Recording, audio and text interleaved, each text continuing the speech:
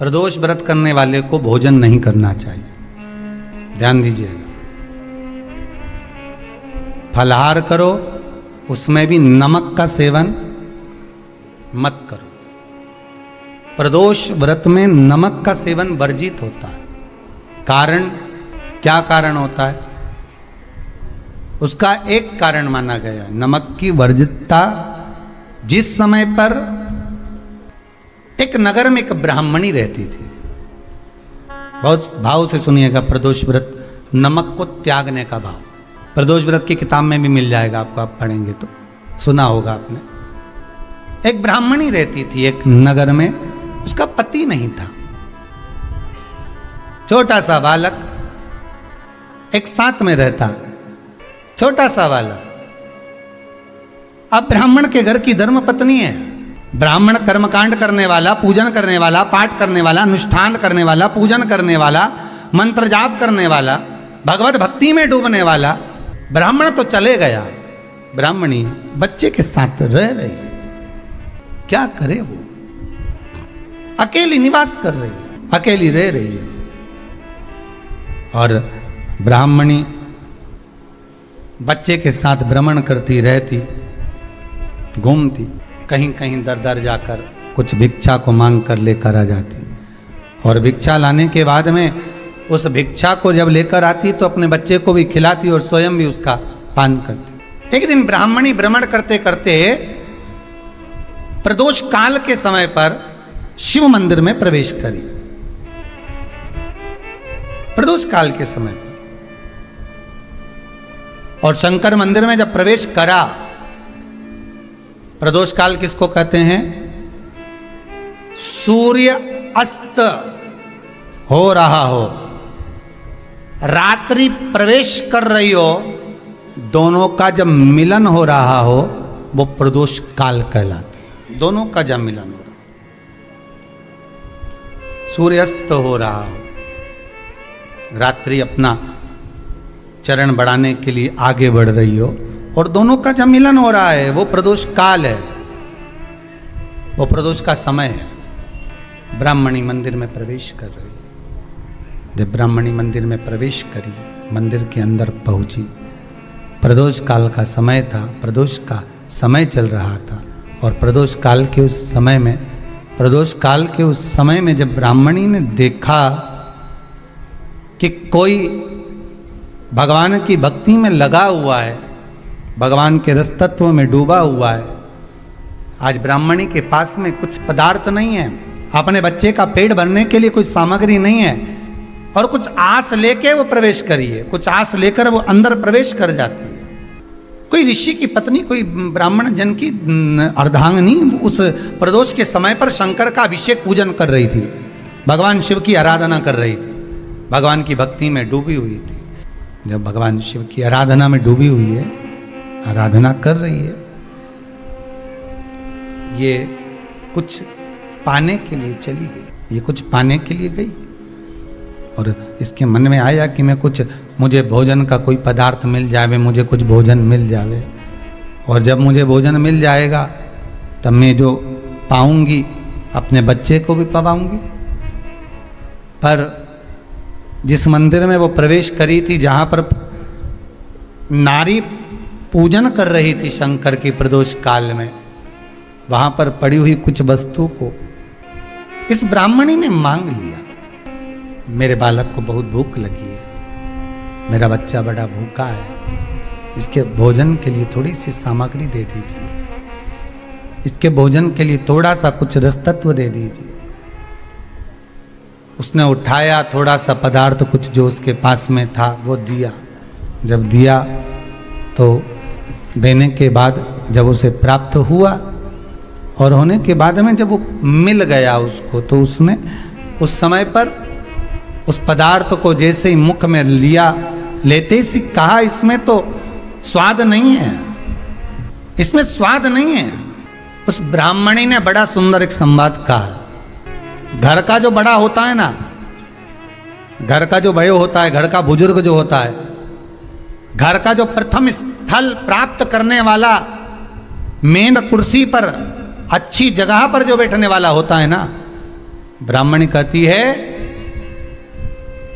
वो कभी किसी वस्तु में ऐब नहीं देखता, मिनक नहीं निकालता। समाज के अन्नकूट होते हैं, समाज के जब अन्नकूट होते हैं महाराज, समाज के जब अन्नकूट होते हैं, बड़ी बड़ी समाजों में जब कार्तिक महीने में अन्नकूट महोत्सव होते हैं, बहुत सारा प्रसाद बनता है। जो बुजुर्ग होते हैं ना, बड़े समझदार लोग होते हैं ना, तो अन्नकूट की जब प्रसाद खाने बैठते हैं ना, उसमें नमक नहीं भी होता ना तो नहीं बोलते कि इसमें नमक नहीं है। पर जो हमने डोनेशन दिया है, जब तुम आए थे समाज वाले तो हमने 1000 का लिफाफा दिया, 500 का लिफाफा दिया, 2000 का लिफाफा दिया और भोजन ऐसा बनवाया। एक व्यक्ति वो जो खाकर चुपचाप चले गया और एक व्यक्ति वो जिसने प्रसाद पर उंगली उठाई। इन दोनों को अन्नकूट की तारीख पे इनका नाम लिख लो और अगला अन्नकूट आए तब दोनों की दशा देखना। एक जो चुपचाप खाकर चले गया, भगवान के प्रसाद को प्रसाद मानकर, प्रभु का दर्शन मानकर लेकर चले गया, वो उन्नति की सीढ़ी पर चढ़ता चले गया। और जो मिनक निकालता रहा वो साल भर खटर पटर की जिंदगी जीता रहा। भगवान के प्रसाद में कभी भी ध्यान रखिएगा, भगवान के प्रसाद के अंतर्गत स्वाद की कोई मूलता नहीं होती। भगवान का प्रसाद स्वयं स्वाद है। भगवान के प्रसाद में नमक नहीं देखना, मिर्ची नहीं देखना, भगवान के प्रसाद में शक्कर नहीं देखना, भगवान के प्रसाद में कुछ ये नहीं देखना कि कितना माल डला, कितना घी, कितना बादाम, कितना काजू, कितना इलायची डला। हाँ, यहां तक शास्त्र कहता है कि भगवान का प्रसाद अगर बन रहा है तो उसकी सुगंध भी नहीं ली जाती है महाराज। यहां तक शास्त्र कहता है। जब तक भगवान उसको पानी ले तब तक उसका सुगंध भी नहीं ली जाती। और कई कई जगह तो भगवान को प्रसाद अगर सूखा सामान हाथ में आ गया, इलायची कैसी है, मंदिर के अंदर जाने वाली है भगवान को डलने के लिए, लाओ यार किसकी दुकान से आई इलायची बताओ, इलायची तो 25 बार सूंघा, हाँ हाँ अच्छी है, अब सूंघ लिया तो भगवान इसको स्वीकार करेगा क्या? अरे जम के तो बोलो। एक फूल तुमने बगीचे से तोड़ा और सोचा इसमें पहले मैं सूंघ लेती हूँ, इसमें स्वाद है कि नहीं, इस फूल में गंध है कि नहीं, इसमें सुगंध है कि नहीं, और फूल सूंघ लिया, उसके बाद तुम भगवान को देखो, भगवान स्वीकार करेगा नहीं। कई कई घरों में तो हंडी से दाल चलाती जाए ने हाथ में डाल के। महाराज ब्राह्मणी ने जैसी मुख में लिया थूक दिया। ये श्रेष्ठ नहीं है। जो ऋषि की पत्नी अंदर पूजन कर रही थी प्रदोष काल में, उसने कह दिया, आपका चेहरा बता रहा है कि आप ब्राह्मण की धर्म पत्नी हो, पर आज आप दर दर जाकर अगर भिक्षा मांग रही हो, दर दर जाकर अगर भीख मांग रही हो, दर दर जाकर भिक्षा को मांग रही हो, तो इसमें आपके पति का दोष नहीं है, दोष आपका है। क्योंकि आप भगवान के प्रसाद में भी जो स्वाद देखी थी ना, ये आपका एक जन्म का नहीं है, ये ना जाने कितने जन्म का है। ब्राह्मणी के मस्तिष्क में बैठ गया, ब्राह्मणी के उस वो कहा ना, वो बक्कल में नहीं अक्कल में बैठ गया कि ये स्वाद नहीं देखना। इसलिए प्रदोष व्रत के अंतर्गत ब्राह्मणी ने उस दिन से विचार कर लिया कि जैसे आप पूजन कर रही हो, जैसे आप अर्चना कर रही हो, जैसे आप आराधना कर रही हो, ऐसी आराधना, ऐसी पूजन, ऐसी भक्ति मैं भी करूँगी, ऐसी आराधना मैं भी करूँगी। अब मैं स्वाद नहीं देखूंगी। तो प्रदोष व्रत करने वाले को ध्यान रखना चाहिए कि नमक का सेवन ना करे, भोजन ना करे, फलाहार करिए, फल का आहार करिए, प्रयास करिए। और यदि आपने व्रत का ले लिया भोजन का कि हम तो एक टाइम फलाहार करेंगे, एक टाइम भोजन करेंगे, ऐसा भी कई लोग प्रदोष ले लेते हैं, तो वो बात आपकी है, आप तक रखो, ठीक है, अपने मन तक। ठीक है, बाबा आपकी मनोकामना पूर्ण करे, वो भी भाव रखो। अरे भगवान को धन्यवाद दो कभी कभी कि तूने अच्छे घर में पैदा किया, अच्छा परिवार दिया, अच्छा पति दिया, अच्छी पत्नी दी, अच्छे बच्चे दिए, अच्छा कुटुंब दिया, घर दिया, दुकान दी, जमीन जायदाद दी, शरीर अच्छा दिया, हाथ पैर आँख नाक मुंह सब बढ़िया दिया, एक के भी निपटा के नहीं भेजा तूने। मान लो एक आध निपटा के भेज देता तो क्या झगड़ा करने ऊपर जाते? एक ही कान देता और एक गायब कर देता तो यहाँ से चिपका देता, क्या कर लेते? हाथ एक देता और एक गायब कर देता। तो क्या झगड़ा करने जाते हो ऊपर कि मुझे ऐसा शरीर दिया? नहीं, भगवान को धन्यवाद देना कि मुझे अच्छे घर में पैदा करा, कटोरा लेके वहाँ चौराहे पे नहीं बिठाया। तूने अच्छा घर दिया, 2 समय की रोटी दे रहा है, खूब जोरदार शरीर दिया, भजन करने का मुहूर्त दिया, और बचा कुचा था तो ये सियोर वाला महाराज दे दिया, कथा सुनाने वाला। शाम के समय पर प्रदोष काल में बेलपत्री के पेड़ के नीचे, चाहे शंकर के मंदिर के दरवाजे पर या शिव मंदिर में, अगर आप प्रदोष के दिन दिया लगाते हो, सोमवार के दिन दिया लगाते हो, तो ऐसा कोई व्यक्ति नहीं जिसको मेरे देव अधिदेव महादेव मेरा विश्वनाथ भंडार नहीं भरता हो। खाली नहीं छोड़ेगा, दे देगा, भंडार भर देगा, कमी तो नहीं रख सकता, ये पक्का। पर तुम करना ही नहीं चाह, 2-4 सोमवार करो और उसके बाद के तो महाराज जी हमने तो करा था, हमको तो मिला ही नहीं। 2-1 प्रदोष करा तुमने, अरे 1 आध साल करो, सारे दर भी तो अपन ठोकर खा कर आए, इतना साल निकाला अपन ने, और 6 महीना 3 महीना 4 महीना भगवान से निवेदन तो करो, दिल से कहो तो सरी, नी भंडार भरे तो बात दूसरी, एक बार बोलो तो। पर जगत के लोगों के सामने जाकर मत कहना तो देव अधिदेव महादेव से कहना। प्रदोष व्रत करने वाले को प्रदोष के दिन प्रयास करना चाहिए कि रात्रि के समय पर आधा घंटा, 10 मिनट, 20 मिनट जागरण करे। जागरण मतलब थोड़ा भगवान का भजन कर ले। भले 4-5 माताएं इकट्ठी नहीं हो तो अपन अकेले ही कर लो। अपन अकेले कम है क्या भाई? अपन कम पड़े, आराधना अकेले भी करो, जागरण करो।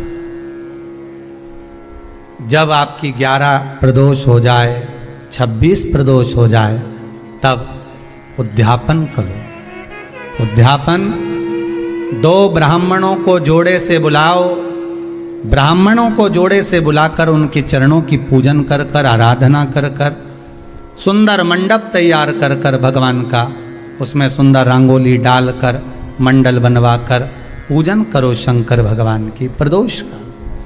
एक दिन पहले गणेश की आराधना करो, पूजन करो, और प्रदोष वाले दिन जो मंडल बनाए हैं पूजन अर्चना करने के लिए, जो स्थान दिया है उसकी आराधना करो। खीर की आहुतियाँ दीजिए 108 बार। जो ब्राह्मण आए उनके माध्यम से मंत्रों द्वारा पूजन कराकर खीर की आहुतियाँ दीजिए शिव नाम महाराज। फिर ब्राह्मणों को जोड़े से भोजन कराकर, चरणों को नमन कर कर, दक्षिणा प्रदान कर कर, निवेदन कर कर ब्राह्मणों से कहें, हे ब्राह्मण देवता, आप हमें आशीर्वाद प्रदान करें कि जिस प्रदोष का हमने व्रत किया है उस व्रत का पुण्य फल हमें प्राप्त हो। ऐसा ब्राह्मण चरण को नमन कर कर, प्रणाम कर कर उनसे अपने मस्तक पर अक्षत छुड़वाएं। फिर नमन कर कर, भोजन कराकर विदा करें। शाम को भगवान का जागरण करें। ऐसे प्रदोष व्रत का उद्यापन कर अपने जीवन को सार्थक बनाएं। ऐसा सुंदर प्रदोष व्रत का व्याख्यान वर्णन स्कंद पुराण में करा गया। वही स्कंद पुराण का प्रदोष व्रत का वर्णन आपको शिव महापुराण के इस सुंदर संवाद में किया गया। जिस व्यापार को आपने करा उस व्यापार में आपको फल नहीं मिला, फिर आपने व्यापार चेंज करा, फिर बदल कर देखा, फिर उस व्यापार को कर कर देखा, उसमें फल नहीं मिला, फिर आपने वापिस व्यापार को बदलने का विचार किया। तो हमारा निवेदन रहेगा उस व्यापार को बदलने से पहले एक काम जरूर कर कर देखो। 3 स्थान पर बेलपत्र को चढ़ाकर देखिएगा। अगर आपको लगे कि मैंने व्यापार बदल लिया, एक बार बदला। कई लोग ऐसे भी होते हैं जो पैसा इकट्ठा करते हैं, धन एकत्रित करते हैं, और कोई व्यापार ऐसा कर लेते हैं जिस व्यापार में धन चले जाता है तो वो धन वापिस नहीं आता महाराज, वो व्यापार का धन वापिस नहीं आ पाता। तो बड़े दुखी होता है कि भाई मेरा गया हुआ पैसा नहीं आ रहा, मैं बड़ा कष्ट में हूं, मेरा खुद का ही आ जाए ना तो मैं निहाल हो जाऊं, मेरा अपना ही नहीं आ रहा जो गया हुआ है, तो मैं क्या वर्णन करूं, उसको क्या कहूं। उनके लिए भी ये प्रयोग, ये शिव विद्येश्वर संहिता का ये भाव बड़ा सुंदर है महाराज। आप व्यापार पर व्यापार बदल कर देख लिए, धन भी हमारा कहीं डूब गया, आ नहीं रहा है, तो प्रयास करना 3 स्थान पर चढ़ाई गई बेलपत्र हमें सुख का अनुभव करा देती। बहुत ध्यान लगाइए। पहला, अशोक सुंदरी की जगह। अब ये बेलपत्र जब भी आप चढ़ाएंगे तो रविवार की अगर प्रदोष पड़ जाए, कौन से दिन? रविवार की प्रदोष के दिन ये प्रयोग अवश्य कर कर देखिएगा। ज्यादा बार नहीं करना है, केवल एक ही बार करना, बाबा स्वयं कृपा करेगा। अपने मंदिर में, अर्थात अपने घर के पास कोई मंदिर हो, शिवालय हो, देवालय हो, जहां शंकर भगवान विराजमान हो, शिवलिंग हो, ऐसी जगह पर अवश्य करें। हमें कहीं दूर जाकर ये प्रयोग नहीं करना है। अपने शिवालय, अपने जो घर के आसपास में शिवालय हो वो। एक बेलपत्र अशोक सुंदरी वाली जगह। अब उसको अशोक सुंदरी की जगह पर भी चढ़ाने का तरीका क्या है? ये शिवलिंग है, ये जलाधारी है, ये जल बहता है, बीच में जो मोटी सी लाइन है वो अशोक सुंदरी का स्थान।